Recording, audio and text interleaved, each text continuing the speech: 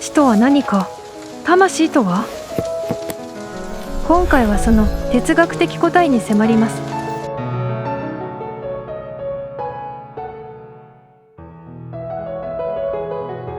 そんな。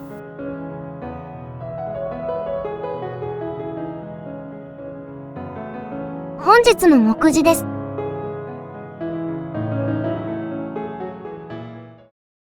なあ、ドクター K、俺もいつかは死ぬのか。はい、生物は必ず死にます。必ず死ぬなら、人は何のために生きてるのかな。まさに哲学的ですね。ただし、あなたは人じゃない。こけた。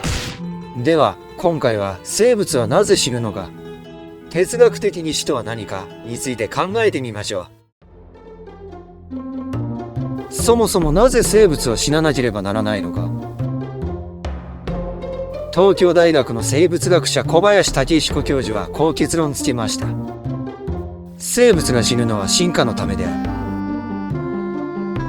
死は進化のために必要な究極の利他的な行為である。子や孫たちのために死ぬって言うなら、ちょっと素敵だね。でもさ、死んだらどうなる？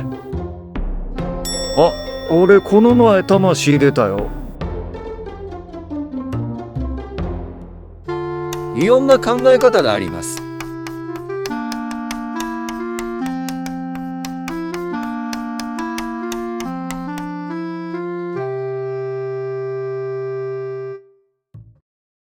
仏教的には生まれ変わる六道輪廻、悟りを開くと輪廻からの解放、極楽浄土へ。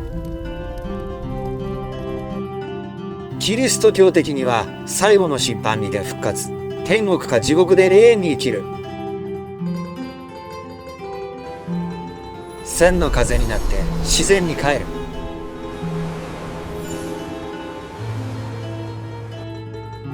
子孫を見守り続ける。そしてお盆に帰ってくる。日本古来の考えです。子孫の命の中で生き続ける無教的な考えです。完全消滅、現代の科学的な考えです。もちろん正解はわかりません。そもそも魂って何なの？めっちゃ良い質問です。実は心と体の関係や魂の有無は、哲学において心身問題と呼ばれる最も深遠なテーマの一つです。心身二元の心と体は別のものであるという立場。デカルトのように心の意識は物理的な脳とは別の精神であるとします。物理主義一元論、心も結局は脳という物質から生じる現象であるという立場。現代の哲学や認知科学ではこの立場が主流であり、心は脳の働きに付随するもの、付随現象とみなされます。現代の心の哲学においては、科学的に証明できない霊的な魂の存在を主張する人は少なくなっていますが、一方で物質としての脳から主観的な意識、クオリアがなぜ生まれるのかという謎は依然として解けていません。なるほど。未解決問題ってことね。俺の出てた魂って一体。あなたの存在自体が未解決です。わからなければ自分なりの答えを考え納得するのが哲学的解決です。メメントモリって言葉はご存知ですか？なんか聞いたことあるな。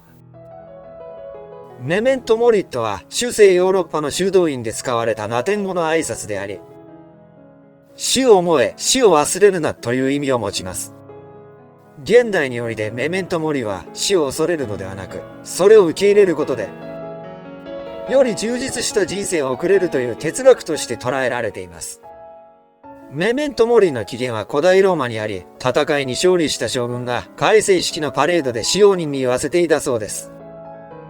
死を思えという言葉を通して、将軍が勝利に酔いしれることなく常に死を意識し、謙虚であるべきだという戒めとして用いられたそうです。勝って兜のを締めよう、みたいだな。スティーブ・ジョブズはスタンフォード大学のスピーチで死を人生の最も素晴らしい発明と呼び、死を意識することは、私たちにとって本当に価値のあるものは何かを見極め、それに基づいて行動する勇気を与えると言ったのよね。それはまさに現代的なメメントモリの考えです。グッドボタンをお願いね。ドクタケさんの励みになります。チャンネル登録も頼んだぞ。古代ギリシャやローマの哲学者たち、特にストア派の人々によって精神修養の手段として取り入れられました。マルクス・アウレリウスは死をネガティブなものとしてではなく、人生の有限性を意識することで、今この瞬間をよりよく、謙虚に生きるための原動力として捉えました。メメントモリには続きがあります。